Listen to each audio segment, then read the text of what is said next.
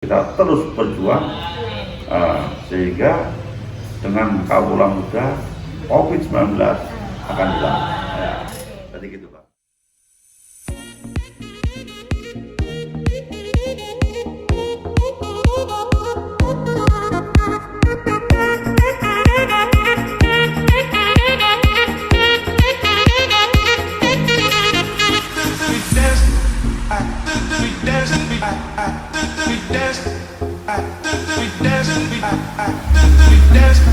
Halo Sobat Warta.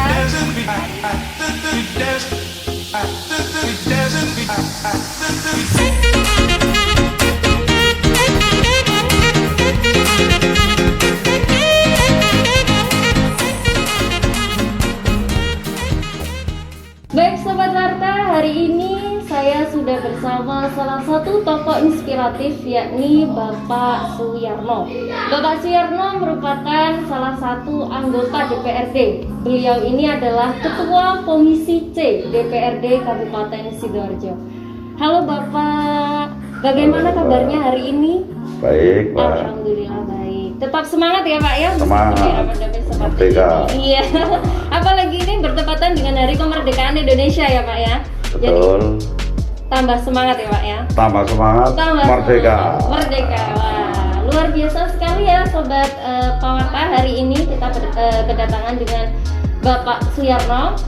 Bapak, hari ini kita akan berbincang-bincang santai saja mengenai kisah Bapak, dan juga nanti di akhir kita akan mengulas pesan Bapak untuk para kaula muda utamanya ya di era pandemi seperti ini. Apa sih yang kira-kira bisa teman-teman lakukan atau upayakan seperti itu ya untuk mengisi, apalagi di era seperti ini banyak sekali ya Pak ya yang mungkin di rumah aja hanya berleha-leha saja mungkin ya untuk mengisi waktu kekosongan di era pandemi seperti ini. Jadi nanti Bapak Suyarno akan memberikan motivasi juga saran untuk teman-teman semua yang ada di sini. Oke, langsung saja ya Bapak ya. Yang pertama Bapak yang ingin saya tanyakan, dan barangkali juga buat Sobat Warta yang pengen tahu gimana sih Pak perjalanannya awal karirnya sampai Bapak sekarang ini menjadi Ketua Komisi C DPRD Sidoarjo. Oh ya, terima kasih. Sebetulnya sih saya terjun ke dunia politik itu dari tahun 1992. Ya. Nah, pada waktu itu terus terang saja saya baru lulus kuliah. Saya kan kuliah tahun 1990. Nah, saya meniti karir di politik itu bukan serta-merta langsung ke DPC, langsung jadi dewan. Cuma dari bawah. Saya awali karir politik saya dari ranting loh Pak. Pada tahun 92 itu. Sampai 99 dan seterusnya. Cuma kenapa sih pada waktu itu saya nggak harus maju langsung ke calon legislatif? Karena pada waktu itu terus terang aja saya masih ada ikatan kerja dengan seseorang, jadi nggak mungkin saya tinggalkan. Tapi kalau lama-lama dengan berjalannya waktu, akhirnya baru tahun 2019 itu saya mencalonkan menjadi calon legislatif. Tapi dari perjalanan karir politik saya, yaitu dari bawah ranting, terus menjadi ketua BAC, terus menjadi bendahara DPC. Nah, setelah saya menjadi bendahara DPC, disitulah saya mencalonkan menjadi anggota legislatif. Terkait dari itu semua Mbak, legislatif itu dewan, itu DPR sebetulnya kan bentuk amanah daripada masyarakat. Betul. Tentunya terkait jabatan itu bukan serta-merta dengan ambisi yang harus kita raih. Betul sekali Bapak. Tapi bagaimana juga kita harus benar-benar mempunyai jabatan yang amanah. Karena apa? Diakui dan tidak diakui, DPR itu dipilih dari rakyat, oleh rakyat, untuk rakyat. Jadi kalau kita ingat seperti itu, ingat akan amanah rakyat, ya kita juga perjalanan kita nggak boleh sembrono. Iya. Artinya kembali lagi harus pada masyarakat.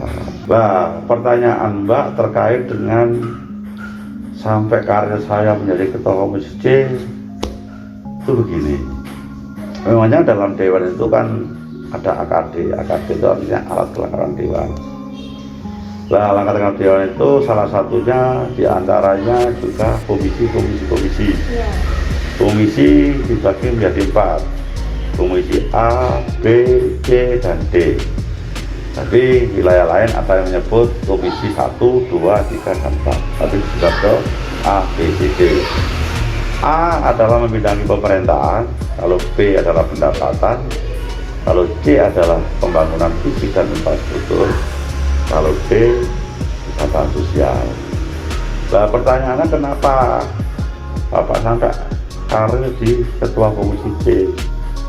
Sebetulnya jabatan dalam AKD itu adalah semata-mata rekomendasi dari partai. Karena terus terang aja fraksi adalah bentuk representatif daripada partai. Artinya fraksi adalah kepanjangan tangan daripada partai. Tentunya apa yang sudah menjadi perintah partai itu harus dilaksanakan. Makanya jabatan saya menjadi ketua komisi C itu bukan berarti semata-mata saya minta, saya memohon pada partai, tidak. Itu adalah sebagai bentuk evaluasi pertimbangan partai untuk memilih kadernya yang duduk di DPR, semata-mata begitu Pak. Nah, tugas dan tanggung jawab saya di komisi C adalah yaitu sesuai dengan fungsi daripada dewan adalah satu adalah sebagai legislasi, kedua adalah sebagai budgeting, ketiga adalah sebagai controlling.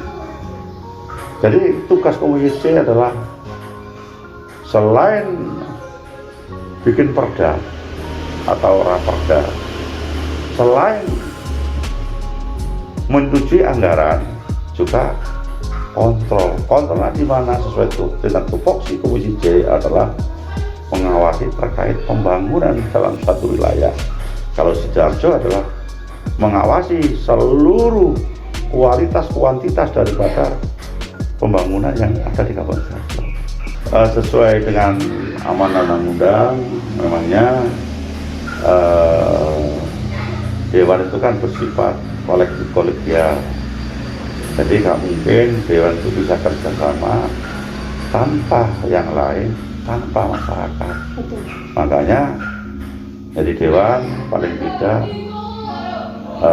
harus benar-benar tahu kebutuhan masyarakat, tahu kepentingan masyarakat, terutama pada pendidikan dan kesehatan. Lah apalagi sekarang itu musim pandemi. Betul. Nah, ini sudah menjadi tanggung jawab kita semua. Makanya kami sebagai dewan, ya sekali sebagai tokoh masyarakat di Kecamatan Prambon, ini selalu menghimbau bahwasanya dengan PPKM darurat yang sudah dicanangkan oleh pemerintah itu adalah bagus sekali Pak. Karena apa? Target pemerintah itu adalah ekonomi, kedua adalah kesehatan. Tapi menurut saya sih, dua pilihan itu nggak bisa kita jalankan dua-duanya, harus dipilih salah satu. Kita berat ekonomi atau berat kesehatan.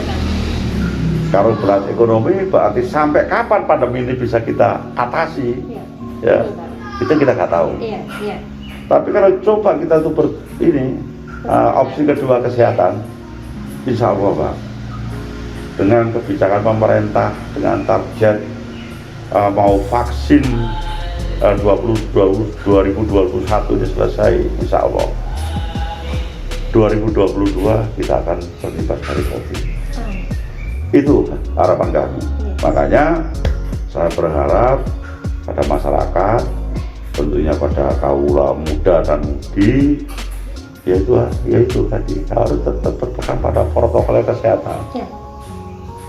Yaitu tetap cuci tangan, ya hindari kerumunan, ya termasuk ini Pak, ya terus nggak perlu keluar kalau nggak itu ke rumah. Tapi kadang itu bagaimana jauh mana kita tuh bisa sosialisasi tentang itu, bagaimana hal itu bisa diterima sama masyarakat ini. Kata ini yang menjadi polemik bagi kita semua sebagai tokoh masyarakat.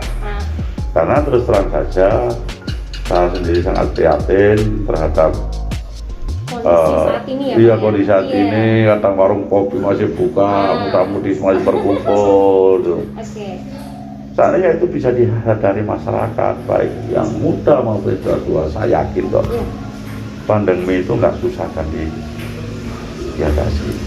Terus saya yakin kok dengan tekad pemerintah ya kepingin secepatnya keluar dari pandemi COVID-19 akan terwujud. Selanjutnya nih Pak, sebelum Bapak berada di posisi sekarang ini sebagai Ketua Komisi C ya, DPRD Sidoarjo, pastinya kesuksesan itu kan nggak mudah didapat ya Pak ya. Pasti tidak mulus-mulus saja, pasti ada perjuangan yang Bapak lakukan untuk sehingga Bapak hari ini berada menjadi seperti ini, diberikan amanah seperti hari ini.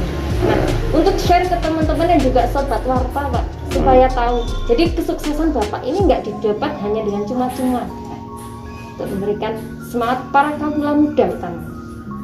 Ya, jadi begini Pak, memangnya ya kesempatan itu nggak mungkin diberikan satu cuma-cuma. Iya, betul. Kita itu tanpa perjuangan nggak mungkin bisa meraih cita-cita. Iya, betul sekali Bapak. Ya, kan Iya. begitu. Iya. Begitu juga yang saya alami saat ini. Nah, Saya ada di partai politik itu bukan berarti karbitan. nah, Artinya saya tanpa berjuang, ya. saya pernah tahu yang di bawah kayak apa, langsung saya meraih puncak yang tinggi. Itu nggak mungkin. Iya. Nah, saya yakin perjuangan kayak gitu nggak akan kekal. Saya kan karir politik saya kan tadi sudah sampaikan, saya dari ranting PAC, DPC, baru mencalonkan menjadi calon legislatif, akhirnya jadi DPR. Iya. Dari DPR terpilih menjadi ketua komisi C. Oke. Nah, itu dari perjuangan-perjuangan yang sudah saya emban selama ini, kayaknya juga nggak sia-sia. Iya. Biarpun ya jabatan itu hasil daripada rekomendasi dari partai. Artinya partai kita PDI Perjuangan itu tetap selektif, memilih kader-kadernya untuk menduduki satu jabatan. Bukan berarti jabatan itu hanya dikasihkan secara sukarela, secara hadiah tanpa melihat asal-usul dari riwayat. Partai kami PDI Perjuangan itu selektif banget, Pak. Artinya sejauh mana kredibilitas daripada orang itu, sejauh mana kemampuan orang itu, sejauh mana sumber daya manusia orang itu adalah menjadi pertimbangan. Terutama sejauh mana orang itu akan menduduki dalam jabatan politik, itu punya loyalitas terhadap kepartean.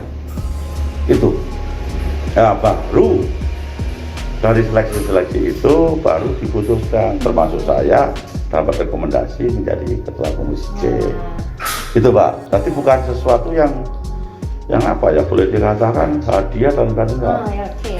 Semuanya dilalui dengan perjuangan. Usaha ya, ya, Pak. ya. Jadi Oke. jangan lupa usaha itu tidak akan pernah mengkhianati hasil ya Pak ya. Ya. Sama sekali nggak pernah mengkhianati hasil ya. Nah, betul sekali kan Pak ya. Iya. Jadi buat sobat warta di sana jangan lupa untuk tetap terus meraih mimpinya ya Pak ya. Iya. Apapun yang terjadi ya Pak ya. Iya. Ya, semangat ya Pak ya. Semangat. Ya, sekali lagi ya. Iya. Makanya saya pesan pada anak muda ya. Kalau dari muda tidak diawali dengan perjuangan, Oke. jangan sampai hidup kamu sia-siakan berbuat yang tidak bermanfaat. Karena manusia pada prinsipnya satu, berdoa, ikhtiar, berusaha, berpikir. 4 hal ini selalu saya canangkan pada anak-anak saya, kaula muda. Ini paling tidak sebagai pegangan. Jangan sampai anak muda itu melepas masa depannya dengan cara enak-enakan. Ya termasuk yang tadi saya sampaikan, hanya punya kemampuan gerobol di warung kopi, hanya pakai wifi ya. Itu Pak, boleh seperti itu karena zaman memangnya kayak begitu. Iya. Tapi kalau ikhtiar berusaha berpikir untuk meraih masa depan, tetap itu harus dilakukan. Pak Suyarno, kalau boleh tahu sebenarnya Pak Suyarno tuh mimpinya apa sih dari kecil? Apakah memang dari kecil itu pengen terjun di Dewan Legislatif atau memang dari kecil mungkin cita-citanya apa? Enggak Pak, enggak. Saya itu sebetulnya dari kecilnya saya bekerja. Oh, bekerja, oke. Kalau sudah begitu, saya harus bisa memberikan kesempatan kerja pada orang lain. Sebutnya itu.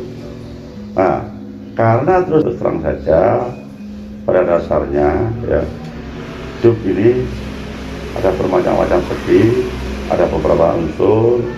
Salah satu konsep yang saya jalankan ketika kita itu harus memperjuangkan kepentingan masyarakat, saya harus terjun ke politik. Oke.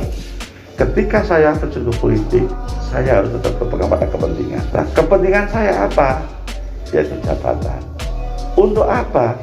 Artinya perjuangan saya terhadap masyarakat ini paling tidak bisa diperhatikan.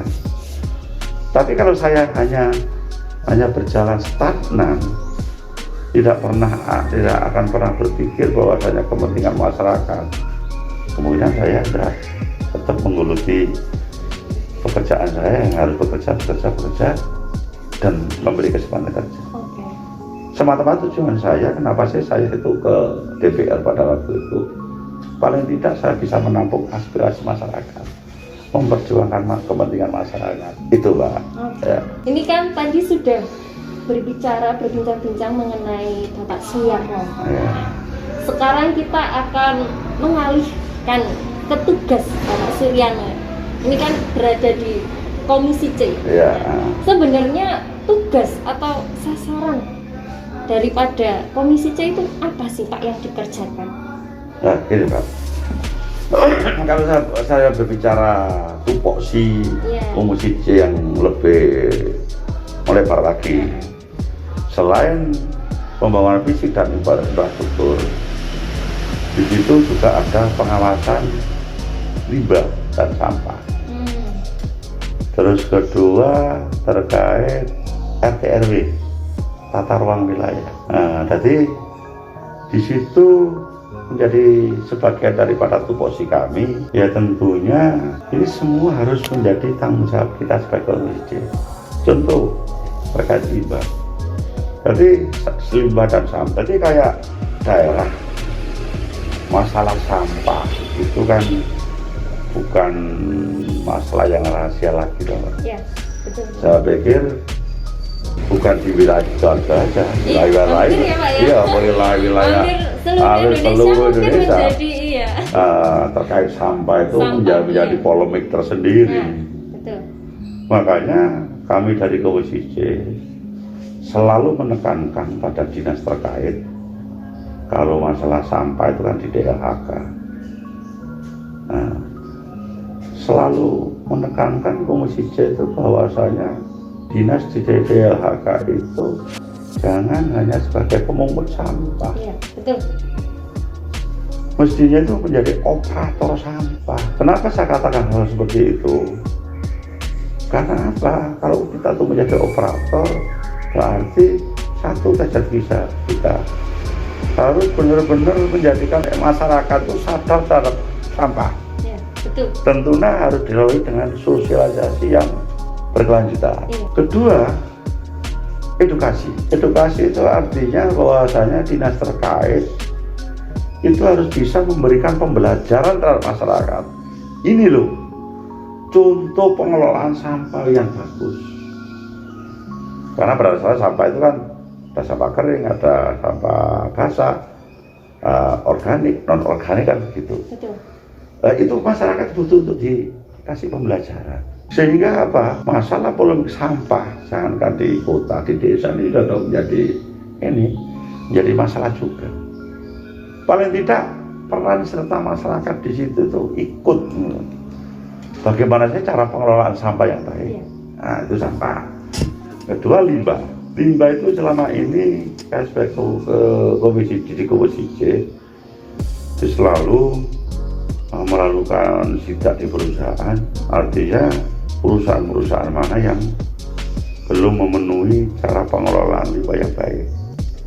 Karena cara pengelolaan limbah yang baik itu harus benar-benar berstandar nasional Indonesia proyek SNI. Itu ada terap-terapnya, ada sistem-sistemnya, ada peraturan-peraturannya. Ya barangkali ada perusahaan yang tidak melakukan itu. Ini kewajiban kami di Komisi C untuk memberitahu, memberikan suatu petunjuk untuk kawasan.